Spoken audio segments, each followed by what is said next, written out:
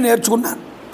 స్పర్శ ద్వారా మధుర లాలపనల ద్వారా మానవుడు పవిత్రంగా ఉండాలి అని ఇక్కడ జలము ద్వారా నేర్చుకున్నాడు. ఇక తరువాతది ఏమిటన్నారు? అగ్ని అండి అన్నారు. ఈ అగ్ని ఏం చేస్తుందయ్యా అన్నారు. తన ఎందు సమర్పించేటటువంటి ఆహుతులు ఉన్నాయే, ఆ ఆహుతుల్ని స్వీకరించి వాటి గుణదోషాల యందు అంటుకోకుండా ఉంటుందిటండి. అందులో ఏం వేసినా అంటుతుంది అగ్ని. వాటి గుణం అగ్నికి అంటుకోదు, ఇది గుర్తుపెట్టుకోండి. అలాగే యోగి అయిన వాడు ఏం చేయాలన్నాడు? యోగి అయినటువంటి ముని గుణదోషాలకు అంటుకోకుండా ఉండాలయ్యా. తనకు లభించిన ఆహారాన్ని స్వీకరించడం ఉందే, ఇది ఎలాంటి దోషమో అలాంటి వాడికి అంటదు. అంటే ఏమిటి? వాడికి ఏది దొరికితే అదే తింటాడు. అగ్నిహోత్రుడు చూడండి, ఏది వేసినా అదే కాలుస్తాడు, నేను కాదండు అంటాడు. అలాంటిది అగ్ని ఒక చోట దాగి ఉంటుంది, మరొక చోట ప్రకటితం అవుతూ ఉంటుంది. కర్ర ఉందండి, కర్రలో అగ్ని ఉందా లేదా? ఉంది, కానీ అది కనిపిస్తుందా? కనిపించదు. దాన్ని ఇంకో కర్రతో రాపాడించు, అందులోంచి పొగ వస్తుంది. అంటే అగ్నిలో ఉన్న ఈ కర్రలో ఉన్న అగ్ని ఒక చోట కనిపించకపోయినా మరో సందర్భంలో కనిపించినట్లు శ్రేయకాలం అనేటటువంటిది ఉన్నదే, అగ్నిని ఉపాసిస్తూ ఉంటారు మనుషులు, ఈ శ్రేయకాములు. అందువల్ల వారికి ఏమవుతుంది? ఈ అగ్ని ఎలా ప్రకటితం అవుతుందో సందర్భానుసారంగా అలాగ వాళ్ళ కోరికలు అనేటటువంటివి సందర్భానుసారంగా వాళ్ళు నెరవేర్చుకుంటారట. వాళ్ళ శక్తి అనేటటువంటిది సందర్భానుసారంగా ప్రయోగిస్తారట. అత్తద మాటలు వాళ్ళలో ఇంత శక్తి ఉందని వాళ్ళు చూపించరు. అలాగే హోమం చేసేటటువంటి వారు హవిస్సును ముదిస్తారు. దాతల భూత భవిష్యత్తులో ఉన్నటువంటి పాపాలన్నింటినీ కూడా అగ్ని దహింపవేస్తుంది. సాధు పురుషుడు అనేటటువంటి వాడు అగ్ని వంటి వాడు. అలాగే తన మహాత్యాన్ని ఎప్పుడూ గుప్తంగా ఉంచుకుంటాడు లోపల. అయితే వేరొక చోట అది బహిర్గతం చేస్తాడు సమయం వచ్చినప్పుడు, అగ్నిహోత్రుల్లాగా ఈ మహాత్ముడు కూడా. తనని సేవించే వారి యొక్క పూర్వాపర భూత భవిష్యత్తునందలి పాపాలన్నీ నశింపజేసేటటువంటి శక్తి ఈ మహాత్ముడికి ఉంటుంది. అందువల్ల అగ్నిని చూసి అలా ఉండాలి మనం కూడా నేర్చుకున్నానన్నాడు. ఇక తర్వాత చంద్రుడిని చూసి నేర్చుకున్నట్ట. ఏం నేర్చుకున్నాడన్నారు? చంద్రుడికి కళలు పెరుగుతూ ఉంటాయి, మళ్ళీ తగ్గిపోతూ ఉంటాయి. అలాగే మన జీవితంలో కూడా మనం పుడతాం, పెరుగుతాం, గొప్ప వయస్సు వస్తుంది, యవ్వనం వస్తుంది, సంసారి కింద మారుతాం. అక్కడ దాకా వెళ్ళిన తర్వాత మళ్ళీ తరగడం ప్రారంభమవుతుంది. జర మృత్యు అంటే పెరిగి తగ్గుతున్నట్లుగా చంద్రుడు కూడా పెరిగి తగ్గుతున్నాడు కదా. కాబట్టి ఆత్మలో మాత్రం ఎటువంటి మార్పు లేదు, శరీరానికి మార్పు ఉంది అని ఎవడైతే తెలుసుకుంటున్నాడో, సకల ప్రాణులకి వృద్ధిక్షయాలు సహజమని ఏ ధీరుడైతే చలించకుండా ఉండగలుగుతున్నాడో, ఏడవకుండా ఉంటున్నాడో, ఇవన్నీ సహజం శరీర ధర్మం అనుకుంటున్నాడో, వాడు చంద్రుడి ద్వారా తెలుసుకుంటున్నాడు. నేను కూడా అలాగే చంద్రుడిని చూసి తెలుసుకున్నాను చెప్పాడు. ఇంకొకటి చెప్తున్నారు, అగ్ని జ్వాలలు వెలుగుతున్నప్పుడు అందులో నుంచి నిప్పు కణాలు పైకి వస్తూ ఉంటాయి. ఈ నిప్పు కణాలు పైకి వచ్చి మళ్ళీ ఎందులో పడతాయి? అగ్నిలోనే పడతాయి. అలా అని చెప్పి ఈ కణాలు అగ్ని వేరు కాదు కదా. అలాగే పరమాత్మ నుంచి మన జీవులు అనేవాళ్ళు వస్తూ ఉంటారు, మళ్ళీ పరమాత్మలోకి వెళ్ళిపోతూ ఉంటారు. అగ్నిని చూసి నేను ఇది నేర్చుకున్నానన్నాడు. ఇక సూర్యభగవానుడు ఉన్నాడే, ఈ సూర్యభగవానుడు తన కిరణముల ద్వారా జలాన్ని లాక్కుంటాడు, గ్రహిస్తాడు.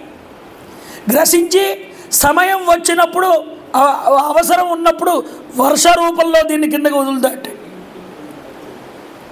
లోకసాక్షికి ఎటువంటి ఆసక్తి అనేటటువంటిది ఉండదు. ఈయన లోకసాక్షిగా ఇది పొందాలని కానీ ఇది ఇవ్వాలని కానీ ఏమీ ఉండదు ఆయన, కానీ చేస్తాడు.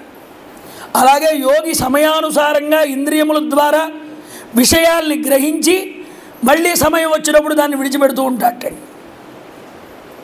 కానీ అతడు ఆసక్తి అనేటటువంటి దానికి తగులుకోడు. సూర్యుడు ఎలా ఆసక్తిని పొందడో, ఆయన నీరు పీల్చుకోవడం వల్ల వర్షం కింద విడిచిపెట్టడం వల్ల ఆయనకి ఏదైనా ఉపయోగం ఉందా? అలాగే నాకు వీటి మీద ఆసక్తి లేదు అనుకుంటాట యోగి. సూర్యుడు ఒకడే అనేక జలపాత్రల్లో కనిపిస్తూ ఉంటాడు. అలాగే పరమాత్మ తన యొక్క స్వరూపంతో అందరి హృదయాల్లో ప్రకాశితం అవుతున్నాడు. కానీ ఆ ప్రకాశించే ఆత్మ ఒక్కటే. అని సూర్యుడిని చూసి నేను నేర్చుకున్నానయ్యా. కాబట్టి సూర్యుడిని చూసి అది నేర్చుకోవాలన్నా. ఆత్మ యొక్క వాస్తవ స్థితి తెలుస్తున్నప్పుడు ఇక తర్వాత పావురాన్ని చూసి నేర్చుకున్నానన్నాడు. పావురం ఏం నేర్పింది అంటే అతి ప్రేమ పనికిరాదు అని నేర్పింది. దీనికి ఒక కథ చెప్పాడు. ఒక పావురం ఉంది, అది ఇంకో పావురాన్ని పెళ్లి చేసుకుంది. ఇద్దరూ కలిసి సుఖజీవనం చేస్తున్నారు, హాయిగా ఉన్నారు. వీళ్ళకు పిల్లలు పుట్టారు. ఈ యొక్క ఆడపావురం గుడ్లు పెట్టింది. ఈ మగపావురం చాలా ప్రేమతో ఈ గుడ్లని తన యొక్క రెక్కలతో సాకుతూ ఉండేదిట. ఎప్పుడు వీళ్ళు బయటకు వస్తారా అని ఎదురు చూస్తూ ఉండేది. ఇలా ఉన్నప్పుడు ఏమైంది అంటే ఒకరోజు ఈ గుడ్లు పగలగొట్టుకుని పిల్లలు పైకి వచ్చాయి. చూసి ఆనంద చికితులు అయ్యారు. వీటిని ఎలా పోషించాలి, ఎలా వీటిని పెంచాలి తాపత్రయపడుతోంది ఈ మగ పావురం. రోజు వెళ్ళడం, రోజు సేకరించేదానికన్నా ఎక్కువ సేకరించాలి కాబట్టి పెరిగారుగా జనాభా ఇంట్లో, కాబట్టి ఇంకా ఎక్కువ కోసం తాపత్రయపడుతోంది. ఓ రోజు ఏమైందన్నారు, ఈ పిల్లలకి తీసుకొచ్చి ఆహారం పెట్టి వీళ్ళు ఆకాశంలోకి తనకంటూ వచ్చి రెక్కలొచ్చి ఎగరడం మొదలు పెడుతున్నారు. అప్పుడే వాళ్ళు ఎగరడాన్ని చూసి ఆనందిస్తున్నారు. మా పిల్లల్ని ఇంకా మంచిగా పోషించాలనే ఆనందంతో రోజు తెచ్చే వాటికన్నా ఇంకా ఎక్కువ ఆహారం సంపాదించాలని ఇంకా దూరం వెళ్ళారట. ఈ ఆడపక్షి మగపక్షి ఇద్దరు కూడా వెళ్తే బోయేవాడు కాచు కూర్చున్నాడు. వాడు వల వేశాడు, ఈ పక్షిని పట్టుకున్నాడు. ఎవరిని? పక్షులను, ఈ పిల్లల్ని పట్టుకున్నాడు. ఈ మగపక్షి ఆడపక్షి దూరంగా వెళ్ళే వచ్చేలోపు పిల్లలు వలలో చిక్కుకుని ఉండడాన్ని చూశారు. వెంటనే ఆడపక్షి ఏం చేసిందంటే నా పిల్లలను విడిచిపెట్టి నేను ఉండలేను అని అది కూడా వెళ్ళి వలలో చిక్కుకుంది. ఈ వలలో చిక్కుకుని వీళ్ళందరూ బాధపడుతుంటే ఇప్పుడు నా చూసుకునే వాళ్ళు ఎవరు, నా పిల్లలు లేరు, నా భార్య లేదు, నా జీవితం కూడా ఉండి అనవసరం కదా అని అది కూడా వెళ్ళి వలలో పడిపోయింది. ఇలాగా జీవితంలో ప్రేమ, బాంధవ్యం, పిల్లలు అనే వాటి కోసమే జీవితం అంతా కూడా తాపత్రయాన్ని పొంది చిట్ట చివర మృత్యువు అనే వలలో చిక్కుకుంటున్నారా. ఈ పక్షిని చూసినాక అది అర్థమయ్యింది. అందువల్ల ఈ పక్షులు వేటగాడి చేతిలో చిక్కి హాయిగా వాడికి ఆహారం అయ్యాయి, మనం కూడా మృత్యుదేవతగా ఆహారం అవుతున్నాం తప్ప ఉద్ధరించబడేది ఏమీ లేదు అని ఈ పక్షుల ద్వారా నేను తెలుసుకున్నాను. అయ్యా, మరొక విషయం, యోగి అయినటువంటి వాడికి లభించినటువంటి ఆహారంతోనే తృప్తి పడాలి. అది రుచికరమైన ఆహారమా, రుచి కానటువంటి ఆహారమా, వాడికి సంబంధం ఉండకూడదన్నారు. ఒక్కొక్కసారి అధికంగా లభించవచ్చు ఆహారం, ఒక్కొక్కసారి అసలు లభించకపోవచ్చు, ఒక్కొక్కసారి కొద్దిగా లభించవచ్చు. అలా లభించినా సరే వాడు ఎలా ఉండాలి అంటే కొండ చిలవలాగా ఉండాలి, అజగరంలాగా కదలకూడదు, ఎక్కడికి ఉదాసీనుడై ఉండాలి. ఆహారం చాలా రోజుల వరకు దొరకకపోయినా ఎలాంటి ప్రయత్నము కూడా చేయకూడదన్న. స్థిరంగా ఉండాలి, నిరాహారుడై ఉండాలి. ప్రారబ్ధాన్ని అనుసరించి లభించిన ఆహారంతో మాత్రమే సంతృష్టి పడాలి. నాకు ప్రారబ్ధం ఈరోజు ఇంతే దొరకాలని ఉంది, ఇంతే దొరికింది, సంతృష్టి పడు, అదే తిను. ఇది ఎవరిని చూసి నేర్చుకున్నానయ్యా? కొండ చిలువని చూసి నేర్చుకున్నానన్నాడు. ఇంద్రియము, శరీరంలో బలాలు ఉంటాయి, కొన్ని బలాలు. ఏమిటవి? శరీర బలం, మనోబలం, ఇంద్రియ బలం, దేహబలం, ఇవన్నీ బలాలండి. ఇంద్రియములు కార్యసాధనాశక్తి కలవైనటువంటివి. ఈ కార్యసాధన చేయగలిగినటువంటి ఇంద్రియాలు ఉన్నాయే, అవి ఎప్పుడూ నిశ్చేష్టమై ఉండాలి. యోగికి చేష్టితములై ఉండకూడదు. నిద్రారహితమైనటువంటి స్థితిలో అజగరం ఎలా నిద్రపోతుందో అలా నిద్రపోవాలట. నిద్రకెందుకు కూడా ఆసక్తి ఉండకూడదన్నారు. అయితే సత్పురుషుడు అనేవాడు, ముని అనేటటువంటి వాడు, యోగి అనేటటువంటి వాడు సముద్రంలాగా ఉండాలన్నాడు. సముద్రం చూసి నేర్చుకున్నాను కొన్ని విషయాలు నేను. ఈ సముద్రం ఎలా ఉంటుందయ్యా? చూడడానికి పైన ప్రశాంతంగా ఉంటుంది. ఆ సముద్రం ఒడ్డున కూర్చుంటే మనసు కాస్త లయమయ్యేలా అనిపిస్తుంది. కానీ ఈ సముద్రం ఉన్నదే చాలా గంభీరమైనది, లోపల చాలా లోతు ఈ సముద్రం. అలాగే పైకి ప్రశాంత చిత్తుడై ఉన్నటువంటి ముని, యోగి లోపల చాలా గంభీరమైనటువంటి పరమాత్మ జ్ఞానముదందు రభిస్తూ ఉండాలయ్యా. ఆయనంత శక్తివంతుడా అండి అని కనిపించాడు, కానీ లోపల ఆ యొక్క శక్తులన్నీ ఆయనకు ఉంటాయి. కాబట్టి తనకున్నటువంటి శక్తులు బయట పెట్టుకోకూడదు, కానీ సముద్రుడిలాగా గంభీరంగా ఉండాలి, పైకి కనిపించకుండా. అంతేకాదు కామక్రోధాలకి చెలించకూడదన్నారు. ఎలా చెలించకూడదయ్యా? సముద్రాన్ని చూసి నేర్చుకున్నట్టు కామక్రోధాలను ఎలా చెలించకూడదు అని. వర్షాకాలంలో వరదలు వచ్చి నదులన్నీ వేగంగా ప్రవహిస్తూ సముద్రంలోకి వచ్చి కలుస్తాయి. అలా కలిసిన సముద్రుడు జంకడు, తన చెలియల కట్ట దాటి వీటిని బయటికి తీసుకురాడు. అలాగా కామం వచ్చినా క్రోధం వచ్చినా సత్పురుషుడు యోగి చెలించకూడదన్నాడు. ఇది నేను సముద్రాన్ని బట్టి చూసి నేర్చుకున్నానన్నాడు. తర్వాత మిడతని చూసుకుని నేర్చుకున్నానన్నాడు. ఏం చేసేది ఈ మిడతున్నదే అగ్నిజ్వాల రూపాన్ని చూసి ఆకర్షితమవుతుంది.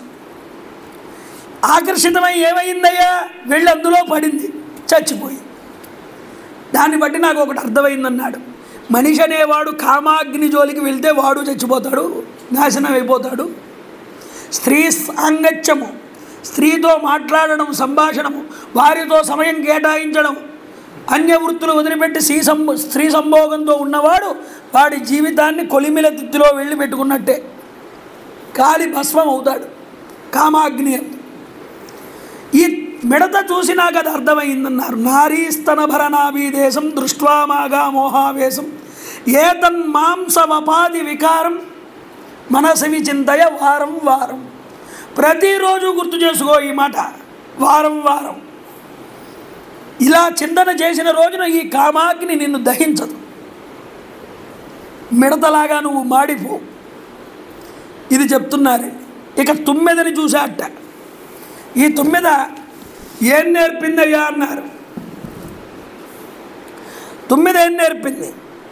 ఒక పుష్పం దగ్గరికి వెళ్ళి తేనె లాగుతుంది ఈ తుమ్మెద, అలాగే ఆస్వాదిస్తుంది ఈ తేనె అంతటిని. అలాగే ముని అనేటటువంటి వాడు ఏం చేయాలి? ఒక గృహం దగ్గరికి వెళ్ళండి, మధుకర వృత్తి చేయండి, వాళ్ళు ఏది ఇస్తారో దానితో తృప్తి పడండి.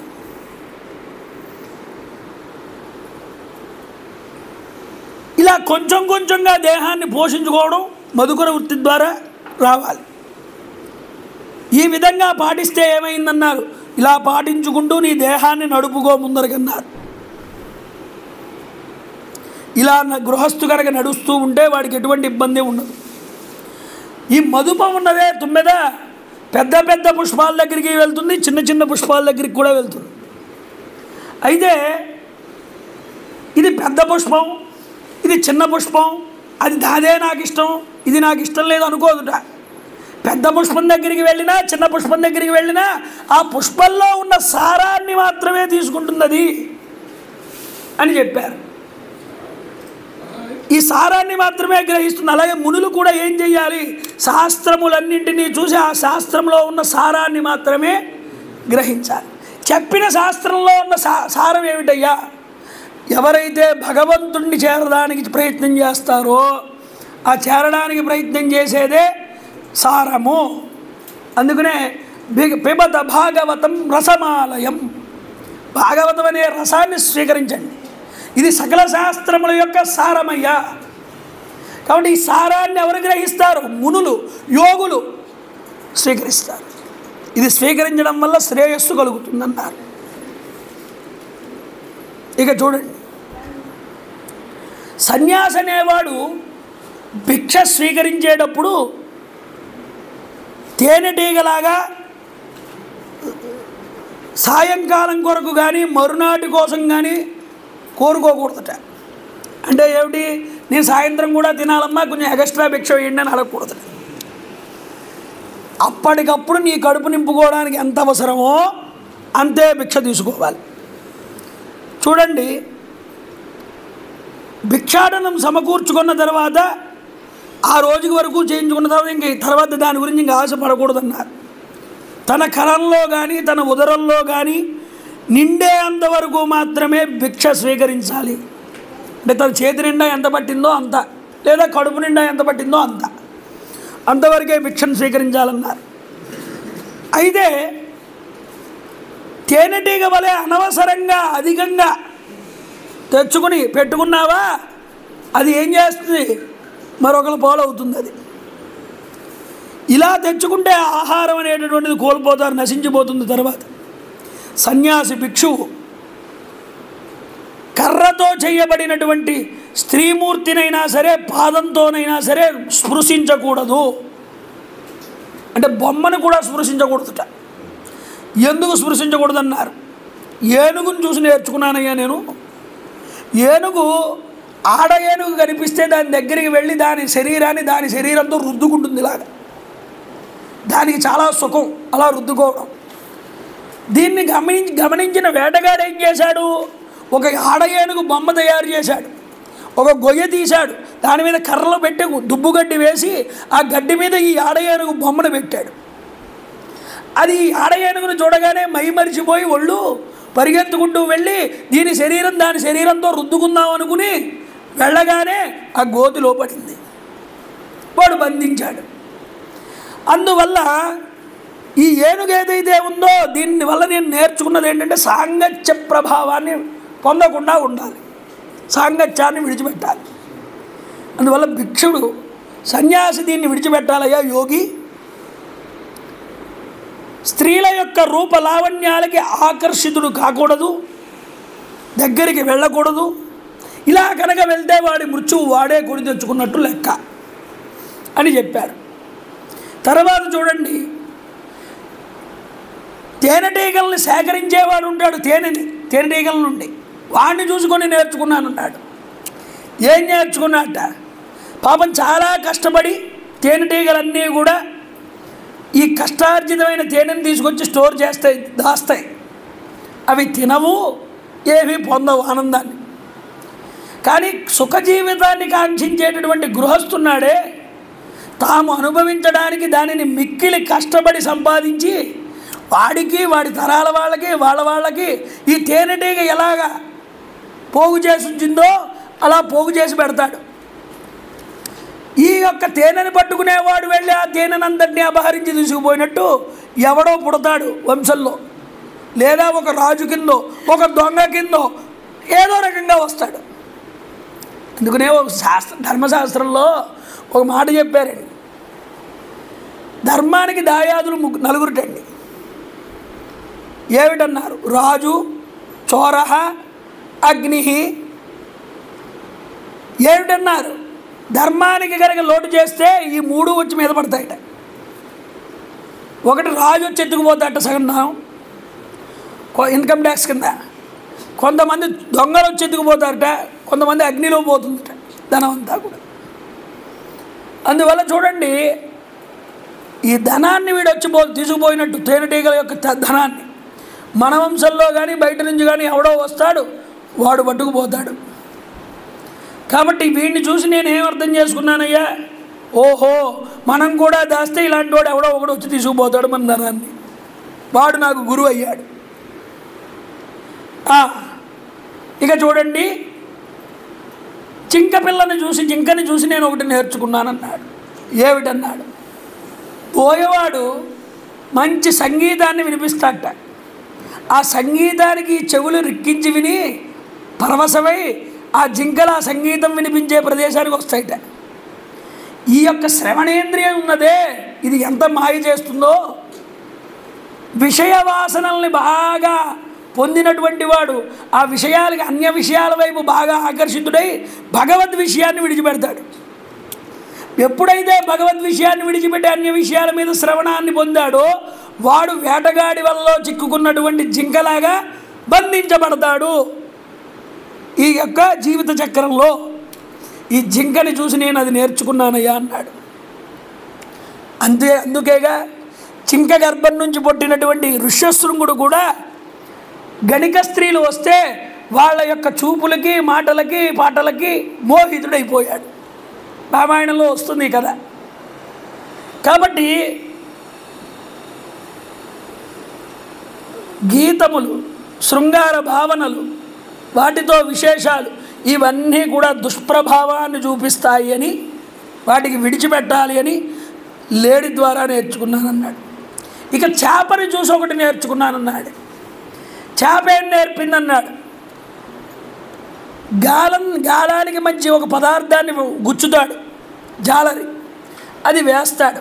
దాన్ని చూసి ఇది ఆకర్షితమవుతుంది. ఆకర్షితమై నోరు తెరిచి దాన్ని పట్టుకుంటే ఆ యొక్క కొంకి వచ్చి దాని యొక్క గొంతులో గుచ్చుకుంటుంది, దాని ప్రాణాలనే పోగొట్టుకుంటుంది చివరికి. జిహ్వ చాపల్యం అంటే మానవుణ్ణి ఎంతలా బంధించేస్తుందో, ఆ స్వీటు, ఈ హాటు, అది కావాలి, ఇది తినాలి, అది చెయ్యి, ఇది చెయ్యి, ఈ లాలస నాలిక యొక్క రుచి మీదే పోతూ ఉంటుందండి ఒక్కొక్కడికి. వాడు ఈరోజు పొద్దున్నే లేవగానే భగవంతుడిని ఎలా కొలుద్దామని ఉండదు వాడికి. ఈరోజు భార్య చేత ఏం చేయించుకుంటే బాగుంటుందో ఆలోచిస్తాడు. ఎన్నో టేస్టులు కోరుతుంది ఈ నాలుక, వాటికి బందీకృతం చేస్తుంది. శరీరం ఉన్నదే దానికి లొంగిపోతుంది. అప్పుడు ఇది నేర్చుకున్నాను చేపను చూసి, దేనికి జిహ్వ లొంగకూడదు, లొంగితే దీనికి ప్రమాదం తెలిసింది.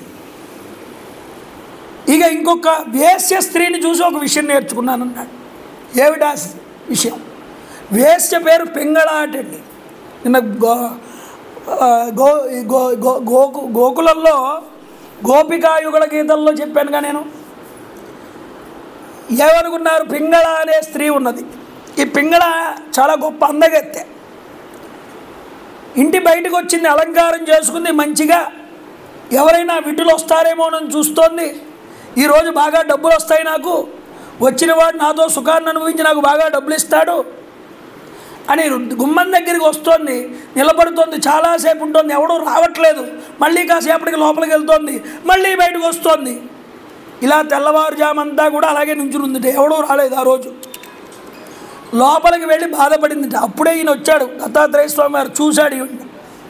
ఈవిడ బాధపడుతూ అనుకుంటోందిట మనసులో, వ్యక్తి యొక్క ఆశాపాశాలు అనేటటువంటివి ఉంటాయే, ఈ ఆశ ఈ పాశం చేత ఉంచి మనిషిని బంధించేస్తుంది.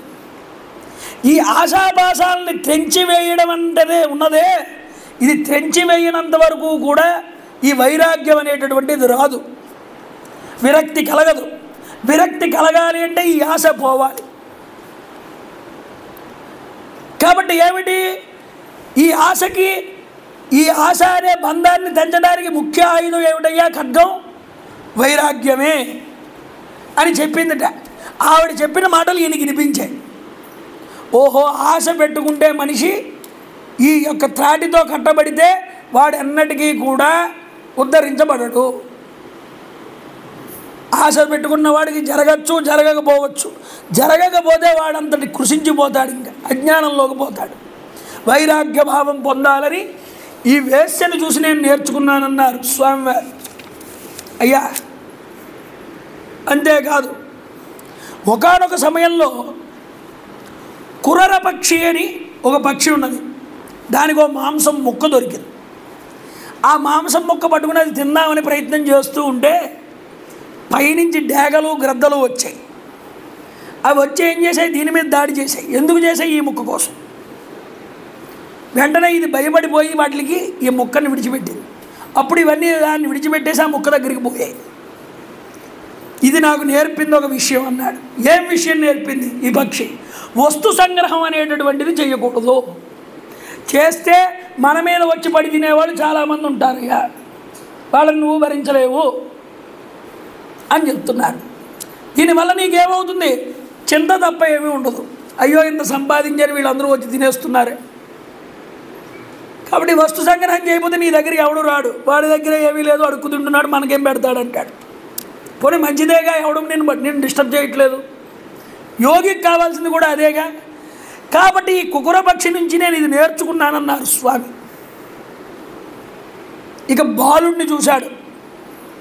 ఈ బాలుడు ఏం చేశాడు? వాడికి ఏ చింత లేదుట, వాడికి ఏ బాధ లేదు. తనలో తాను ఆనందిస్తున్నాడు, నవ్వుకుంటున్నాడు, కాసేపు ఏడుస్తున్నాడు, కాసేపు అమ్మకేసి చూస్తున్నాడు, కాసేపు టీవీ చూస్తున్నాడు.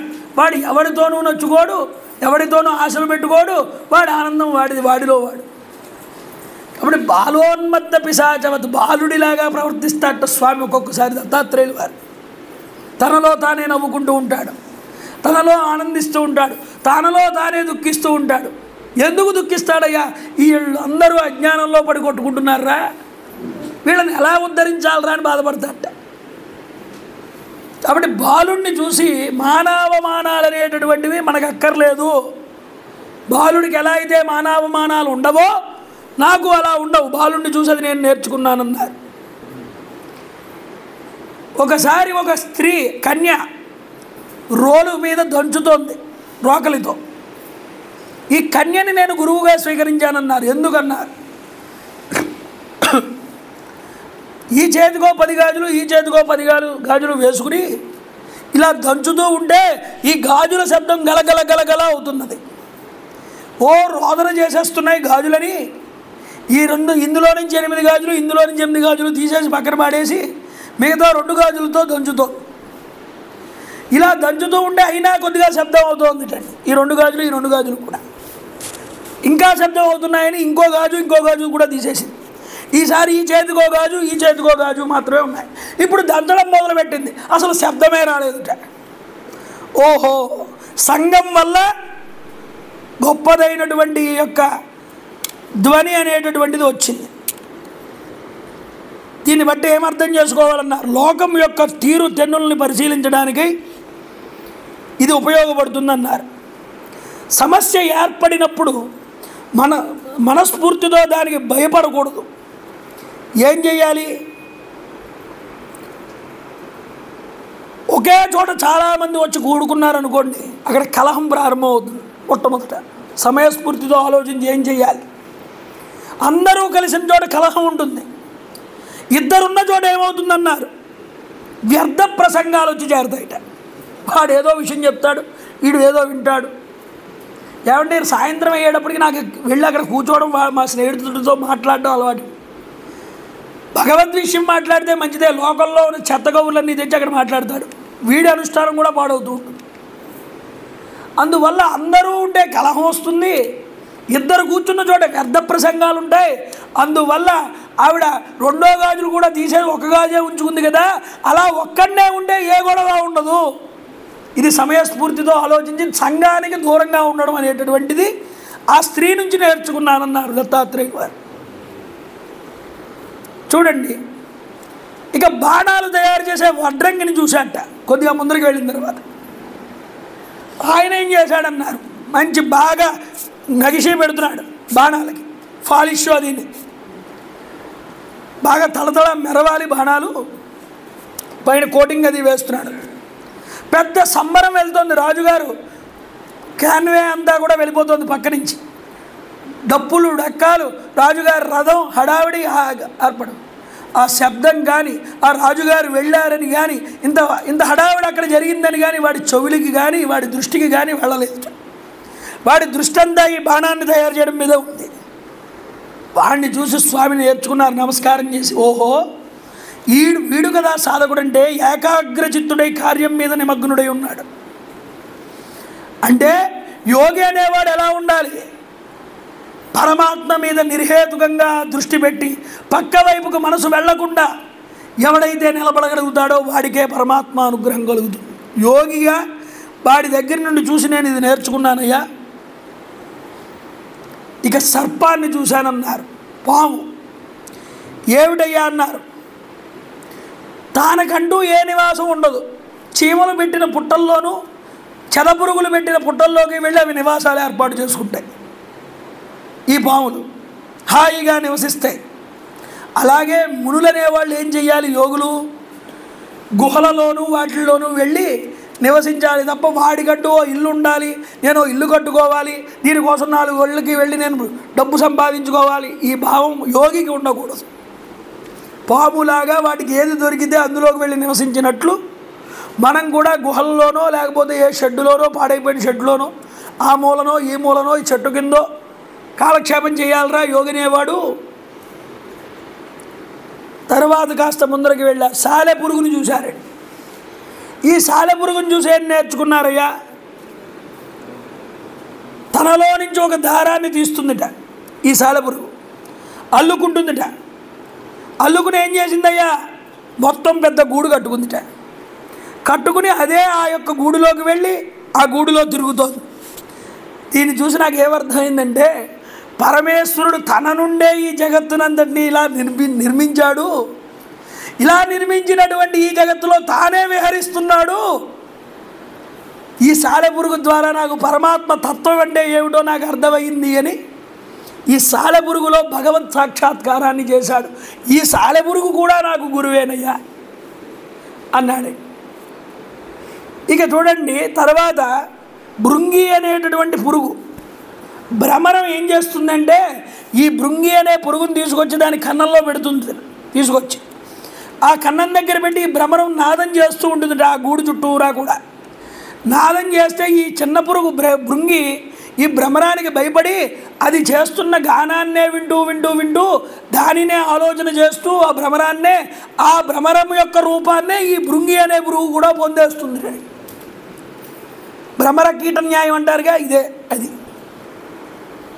ఏదైతే నిరంతరం భయంతోనైనా ప్రేమతోనైనా భక్తితోనైనా దాన్ని ఉపాసన చేసి చేసి చేసి ఆ రూపాన్నే తలుచుకుని తలుచుకుని తలుచుకుని అది ఎలాగ పురుగు కింద భ్రమరం కింద మారిపోయిందో, ఏ గుణాన్ని భగవత్ స్వరూపాన్ని నీ మనసులో పెట్టుకుని నిరంతరము ధ్యానం చేయగా చేయగా చేయగా నువ్వు కూడా భగవంతుడి యొక్క సారూప్య స్థితినే పొందుతున్నావురా అని చెప్పుతోందయ్యా నాకు ఈ యొక్క భృంగి అనే కీటకం. అందువల్ల వీటన్నింటినీ నాకు గురువుల కింద నేను స్వీకరించానన్నారు దత్తాత్రేయ స్వామి వారు. ఎంత గొప్ప ఉపాఖ్యానం అండి. ప్రకృతి నుంచి ఎంత నేర్చుకోవాలండి మనం. ప్రకృతి మనకి ఏం చూపించిందండి నిజానికి అంటే పరమాత్మతత్వాన్ని నువ్వు నీకుగా తెలుసుకోవాలి. నీ బుద్ధిని ఉపయోగించి తెలుసుకుంటావనే బ్రహ్మగారు నిన్ను తయారు చేసేటప్పుడు ఆనందపడ్డాడు. ఒరే వీడికి బుద్ధి ఇస్తున్నాను, వీడు పరమాత్మని తెలుసుకోగలుగుతాడు, పరమాత్మకి సన్నిహితుడు ఈ మానవుడు అనుకుంటే నువ్వేం చేస్తున్నావురా? సంసారం అనే కోపం వైపు ఆకర్షితుడు అవుతున్నావు. దానివల్ల ఏమైంది? నశించిపోతున్నావు. అప్పుడు బాధ కలుగుతుంది బ్రహ్మగారికి. ఇది చెప్పారండి. ఈ 24 గురువుల గురించి వర్ణిస్తూ మానవుడు సావధానుడై గమనిస్తే ప్రతి వస్తువులోనూ కూడా ఒక పాఠం నేర్చుకోవచ్చని మనకి ఇక్కడ తెలియజేస్తున్నారు. అందుకే బుద్ధివంతుడైన వాడు ఎక్కడికి వెళ్ళినా ఏం చూసినా దాని నుండి నేర్చుకోవలసినటువంటి దృష్టికోణాన్ని అలవర్చుకోవాలి దత్తాత్రేయ స్వామిలాగా. అందుకనే దత్తాత్రేయ స్వామి వారి గురించి 3 చోట్ల చెప్పారండి భాగవతంలో. 4వ స్కందంలో అత్రి మహర్షికి పుట్టిన విధానాన్ని, 6వ స్కందంలో 7వ స్కందంలో ప్రహ్లాద అజిగర సంవాదాన్ని, అలాగే ఇక్కడ 11వ స్కందంలో యదు ప్రహ్లాద సంవాదాన్ని. దత్తాత్రేయ స్వామి వారి గురించి చెప్పనటువంటి పురాణం లేదు. గుర్తుపెట్టుకోండి మీరు. రామాయణంలో కూడా దత్తాత్రేయ స్వామి వారి గురించి ఉంది. అప్పుడు గుర్తుపెట్టుకోవాలండి, అంతటి మహానుభావుడు దత్తాత్రేయ స్వామి వారు.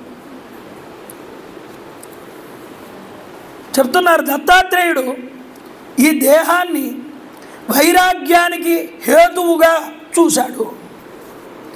వైరాగ్యాన్ని పొందడానికి ఇది ఒక ఆలంబనటండి మానవ శరీరం. అంతేగాని ఇది భోగ్య వస్తువులను అనుభవించడానికి ఉన్నటువంటిది కాదు. ఇది కేవలం వైరాగ్య సాధనకి మాత్రమే ఉపయోగించేటటువంటి శరీరం. ప్రజాపతి పరబ్రహ్మ దీన్ని దేనికోసం సృష్టించాడయ్యా అంటే పరమాత్మ దర్శనం కోసమే ఈ వస్తువుని సృష్టించాడు. దేనికోసం సృష్టించాడో దానికి ఉపయోగించుకోకుండా అనవసరమైన వాటికి ఉపయోగిస్తున్నాం ఈ శరీరాన్ని. అందుకనే శరీరమాత్రం కలు ధర్మ సాధనం.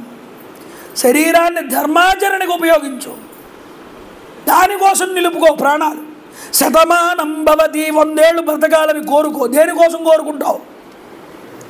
భగవత్ సాక్షాత్కారం కోసం కోరుకో. భగవంతుడి వైపు దృష్టి తిప్పడే అలవాటు రావడం కోసం నేర్చుకో. ఇది నిన్ను శ్రేయోదాయకంగా నిలబడుతుందన్నారు. కాబట్టి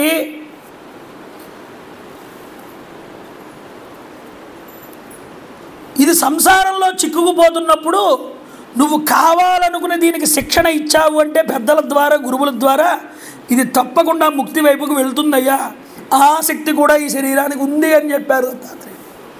కేవలం సంసారంలోకి వెళ్ళిపోయాం కదా ఇంకా మేము ఉద్ధరించబడవేమో అనుకోక్కర్లేదు. ఒక గురువుని ఆశ్రయించు, చక్కగా బోధ విను, ఆ బోధ ద్వారా ముక్తి పొందు. చూడండి, ఒకవైపు యదు మహారాజు లాంటి ధర్మాత్ముడు, మరోవైపు దత్తాత్రేయుడు సాక్షాత్తు మహావిష్ణువు. ఎలాంటి వాళ్ళు వీళ్ళు? సామాన్యుల? యదు మహారాజు అంటే శ్రీకృష్ణ పరమాత్మకి మూలజుడు, దత్తాత్రేయుడు అంటే సాక్షాత్ శ్రీమన్నారాయణ అంశ. ఇలాంటి వాళ్ళు మాట్లాడుకున్నారంటే ఆ సంవాదం ఎంత గొప్పగా ఉంటుంది. తత్వజ్ఞానాన్నంతటిని ఇక్కడ చూపించారు. దీని తర్వాత శ్రీకృష్ణ పరమాత్మ ఉద్ధవుడితో అంటున్నారు, చూడు నాయనా, ధర్మపాలనం ఉద్దేశపూర్వకంగా జరగాలి. ఏదైతే యజ్ఞ యాగాది రూపధర్మం ఉన్నదో అది ఆత్మ యొక్క ప్రధానతతో, త్వం యొక్క పదార్థం యొక్క ప్రాధాన్యతతో జరుగుతున్నది. త్వం అంటే ఏంటి? నువ్వు, నేను. నువ్వు యజ్ఞం చేసినా యాగం చేసినా దేని ద్వారా జరుగుతుంది? ఈ శరీరం ద్వారా జరుగుతుంది. అందువల్ల ఆత్మ యొక్క ప్రాధాన్యత కూడా ముఖ్యం. దీన్ని నడుపుతున్నది ఎవరు? ఆత్మ. కర్త చేసేటటువంటి వాడు యోగ్యుడై ఉండాలండి. ఏదైనా ఈప్సితాన్ని నెరవేర్చుకోవాలనుకుంటే కర్త యోగ్యుడై ఉండాలి, చేసేవాడు యోగ్యుడై ఉండాలి. ఆ యాగం కానీ, యజ్ఞం కానీ, వ్రతం కానీ, హోమం కానీ ఏదైనా సరే కర్మ విధానం సరిగ్గా ఉండాలి, చేసే విధానం. ఆ విధి విధానం ద్వారా కర్మ అనేటటువంటిది సాంగోపాంగంగా సిద్ధించినప్పుడు ఆ ఫలితం అనేటటువంటిది ఉత్పన్నం అవుతుంది. ఆ ఫలితం కర్త యొక్క అంతఃకరణంలో ఉండి సమయం వచ్చినప్పుడు అది ఫలిత రూపంగా మన దగ్గరికి వస్తుంది. ఇంత జరుగుతుందండి ఏదైనా కర్మ చేసినప్పుడు. కానీ భాగవత ధర్మం ఉన్నదే, ఇది చాలా గొప్పదయ్యా. భాగవత ధర్మం కర్త యొక్క ప్రధానతతో కాదు, ఉద్దేశ్యమే ప్రధానంతో ఉంటుందన్నారు. ఏమిటండి అన్నారు, మీరు ఏ పని చేసినా అది పరమాత్మ పూజ కోసం.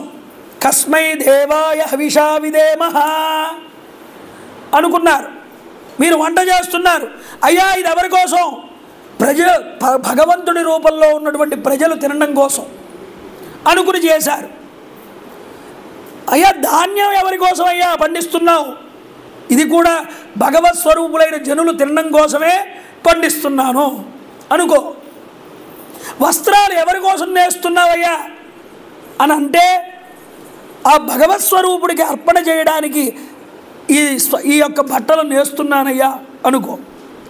ఈ లోహం ఎందుకు తయారు చేస్తున్నావయ్యా? ఇది అందరికీ ఉపయోగపడుతుందని భగవత్ స్వరూపులకి చేస్తున్నానయ్యా. అంటే నువ్వు ఏ పని చేసినా అది ఎవరి ప్రీతి కోసం చేస్తున్నావు? భగవత్ ప్రీతి కోసం చేస్తున్నావు, కానీ ఎవరికో నీవు తీసుకెళ్ళి వాళ్ళని మెప్పు కోసం చేస్తున్నది కాదు. ఇలా ఎవడైతే ఏ పనైనా సరే భగవంతుడి ఉపయోగం కోసం చేస్తాడో, అన్ని రూపాల్లో భగవంతుడినే చూస్తాడో, ఈ ధర్మాన్ని భాగవత ధర్మం అన్నారయ్యా అన్నారు. ఒక కర్మ చేసినప్పుడు సాంగోపాంగంగా అందరూ అన్నీ కుదిరితేనే అది నెరవేరుతుంది, ఫలితం ఇస్తుంది. కానీ భాగవత ధర్మం అలా కాదు. ఏ పని చేస్తున్నా అందులో భగవంతుడిని చూస్తే ఆటోమేటిక్గా అది భగవదర్పితమై ఫలించేస్తుంది అన్నారు. సద్యత్ ఫలితం అటండి. భాగవత ధర్మం యొక్క విశేషతే ఇదయ్యా, అంత గొప్పది ఈ భాగవత ధర్మం. దీని ప్రకారం సర్వవ్యాపకుడు పరమేశ్వరుడు అందరినీ కూడా సేవించడమే అసలైనటువంటి కర్మ అని నిరూపిస్తున్నాడు అన్నారు. మీరు ఏ పని చేసినా భగవంతుడి సేవలో సమర్పించండి. అప్పుడు సమర్పిస్తే ఏమైంది? శ్రీధర స్వామి వారు అంటారు, భగవంతుడి కోసం చేసేటటువంటి కర్మ అంతా కూడా ఏమైందయ్యా? ధర్మం అయిపోయింది. కర్మం లేదు, అది ధర్మం అన్నారు దాన్ని తీసుకొచ్చి. కాబట్టి ఏ పని చేసినా అది ఎలా ఉండాలి? భగవద్ అర్పితంగా చేయడం నేర్చుకో. అభ్యాసం మొదలుపెట్టి ఈరోజు నుంచి. ఏమండి చాలా ప్రవచనం గొప్పగా చెప్పారండి, ఏమండి చాలా బాగా పాట పాడారండి అంటే నా అంత వాడు లేడు అనుకున్నాడే అనుకోండి, ఇంకా వాడు అక్కడ పతనం అయిపోయినట్టే. భగవంతుడు నా చేత ఇలా చెప్పించగలిగాడు, భగవంతుడి వల్ల వీళ్ళందరూ కూడా భగవద్ జ్ఞానాన్ని పొందగలిగారు, భగవంతుడికే నేను ఇది చెప్పుకుని ధరించాను, వీరందరూ భగవత్ స్వరూపాలు అని నేను భావన చేసిన రోజున నా మాటని, నా ప్రవచనాన్ని నేను వినిపిస్తున్నది భగవంతుడికే అని నేను అనుకున్నప్పుడు నా ప్రవచనానికి ఓ సార్థకత ఉంటుందని. అలా చెప్తున్నప్పుడు మనసు కూడా ఆర్ద్రతమవుతుంది. ఆర్ద్రత చెంది అందులో లయమై భగవంతుడిని దర్శనం చేస్తూ ఉంటే ఆ స్థితి వేరు, ఆ స్థితి మనసులో కలుగుతుంది. దీనివల్ల ప్రజలు కూడా ఆకర్షితులవుతారు. ఇక్కడ ఇది చూపించారండి. కాబట్టి శ్రీధర స్వామి వారు ఏమన్నారు, ప్రతీదీ భగవంతుడికి సమర్పణ చేస్తే అది కర్మ ఉదరా, అది ధర్మమై కూర్చుంటుంది. కానీ కర్మకాండలో విధి విధానంతో కర్మ చేయబడితే, విధి విధానం అంటే వేదం ఎలా చెప్పిందో అలాగా అది ధర్మం అవుతుంది. భాగవత ధర్మం మరియు కర్మకాండ ధర్మం ఈ రెండింటిలో చాలా అంతరం ఉన్నదయ్యా అన్నారు. వేదం చెప్పినట్టు నేను చేస్తున్నానండి, వేదం పరమాత్మ స్వరూపమే కదండి, కాబట్టి నేను చేసింది కరెక్టేనండి అంటాడు ఒక్కొక్కడు తెలివైన వాడు. దాన్ని ఏమన్నారయ్యా అన్నారు, కర్మకాండ ధర్మం అన్నారు. దీన్నేమన్నారు, భాగవత ధర్మం అన్నారు. భాగవత ధర్మానికి కర్మకాండ ధర్మానికి వ్యత్యాసాలు తేడా ఉందిట, కొద్దిగా కూడా కాదు. అర్థమైందా మీకు? కాబట్టి భాగవత ధర్మంలో ఉన్నవాడు, ఆ స్థాయికి చేరుకున్నవాడు, అంతటా భగవంతుడి కోసమే పనిచేస్తున్నవాడు, వాడు తరించిపోతాడు. భగవంతుడు ఉద్ధవుడితో అంటున్నాడు, జగత్తులోని రహస్యాన్ని అర్థం చేసుకుని ఆత్మతత్వ విచారం అనేటటువంటిది చేసుకోవాలయ్యా ఉద్ధవా. ఎందుకంటే ఆత్మజ్ఞానమే మనిషిని ఈ సంసారం నుండి ముక్తుల్ని చేయడంలో సమర్థవంతమైనది. ముక్తి కలిగించాలంటే ఈ ఆత్మజ్ఞానమే చేస్తుందన్నారు. అయితే ఎలాగైతే కర్రకు నిప్పు అంటకముందే అందులో అగ్ని ఉందో ఇందాక చెప్పాంగా, అలాగే మదన సమయంలో నిప్పు బయటపడుతుంది. అలాగే దేహంలో ఆత్మ పరమాత్మ కూడా దాగి ఉన్నారు. ఎప్పుడైతే వివేక విచారం అనేటటువంటిది నీలో మొదలయ్యిందో, భగవంతుడి గురించి విచారం చేయడం మొదలుపెట్టావో, అప్పుడే ఈ యొక్క పరమాత్మ ఆత్మస్వరూపం బయటపడుతుంది, వ్యక్తమవుతుంది. ఇలా చేయాలన్నారు. దీన్ని 3 భూమికల కింద చూపించారు. స్థూల సూక్ష్మ పరిచ్ఛిన్నము అనేటటువంటిది. నేను ఈ స్థూలము కాదు, సూక్ష్మము కాదు, శరీరము కూడా కాదు, దీనికంటే విలక్షణమైనటువంటి అసంగ సాక్షి అయినటువంటి ఆత్మను నేను అని ఎరుకులోకి తెచ్చుకోవాలట. ఆత్మ ఏమిటయ్యా, పరిచ్ఛిన్నం కాదు, అపరిచ్ఛిన్నం, అది విడిపడదు, అదంతా ఒకటే అని చెప్పారు. మూడవది, పరమాత్మ కంటే వేరైనటువంటి వస్తువు ఏదీ లేదని మనసులో నిరంతరం భావన చేయాలట. ఆత్మ సంబంధమైన అజ్ఞానాన్ని దూరం చేసుకోవాలి. ఆ అజ్ఞానాన్ని దూరం చేయడమే తత్వజ్ఞానము. ఆ తత్వజ్ఞానం గురించి చెప్పారు. ఆత్మలో బంధం లేదు, ముక్తి లేదు. సత్వరజస్తమో గుణాల వల్ల బంధం వస్తున్నది. ఆత్మలో ఎటువంటి బంధాలకి చోటు లేదన్నారు. తమోగుణ, రజోగుణ, సత్వగుణాలు ఎక్కడైతే మొదలవుతున్నాయో అక్కడ బంధనం తెలుస్తుంది, ముక్తి కూడా తెలుస్తుందిట. కానీ ఆత్మజ్ఞానంలో బంధం, ముక్తి రెండూ లేవు అన్నారు. బంధం ఉన్నప్పుడు ఆత్మజ్ఞానం ఉండదు, ఆత్మజ్ఞానం ఉన్నప్పుడు ముక్తి ఉండదు, ఈ బంధనం ఉండదు. కాబట్టి రెండు ఒక చోట నిలబడలేవు. ఈ శరీరంలోనే ఉంటూ ఏ ఇంద్రియాల ద్వారా కర్త భోక్తలైనాడో అతడు బద్ధుడవుతున్నాడు. ఎవరైతే ఇంద్రియముల కంటే తాను వేరని అర్థం చేసుకున్నాడో వాడు విముక్తుడవుతున్నాడు. అర్థమైందా మీకు ఈ మాట?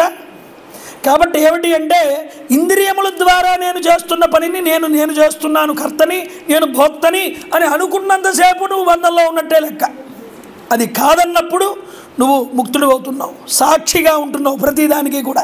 ఈ సాక్షిగా ఉన్న స్వరూపంగా ఉన్న బంధనం లేకుండా ఉన్నదే ఇది ఆ సాక్షిగా ఉన్నటువంటి అసంగ సాక్షిగా ఉన్నటువంటి ఆత్మ అని చెప్పారు.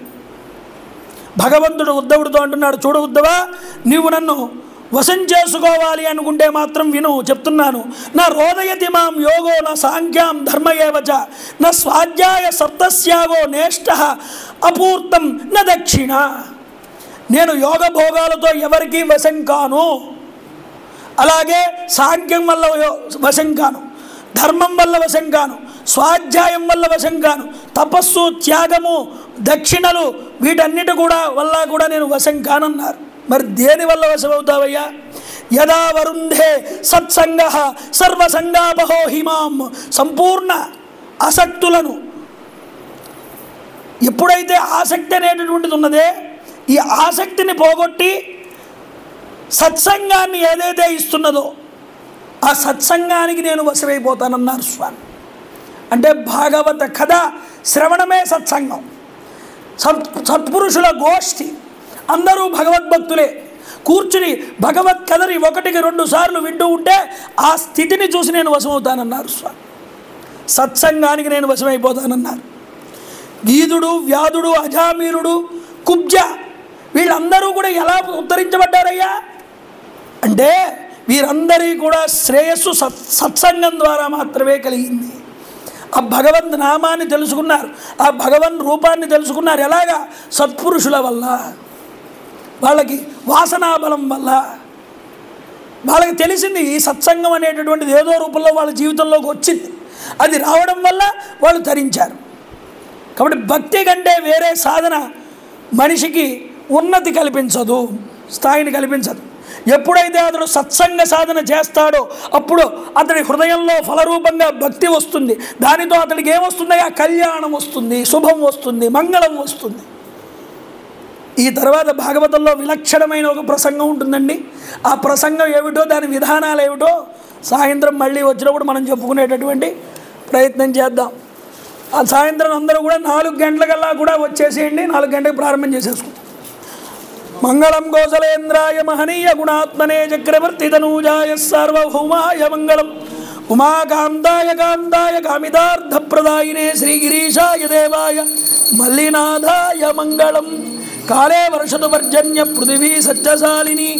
జై గురుదేవ దత్త.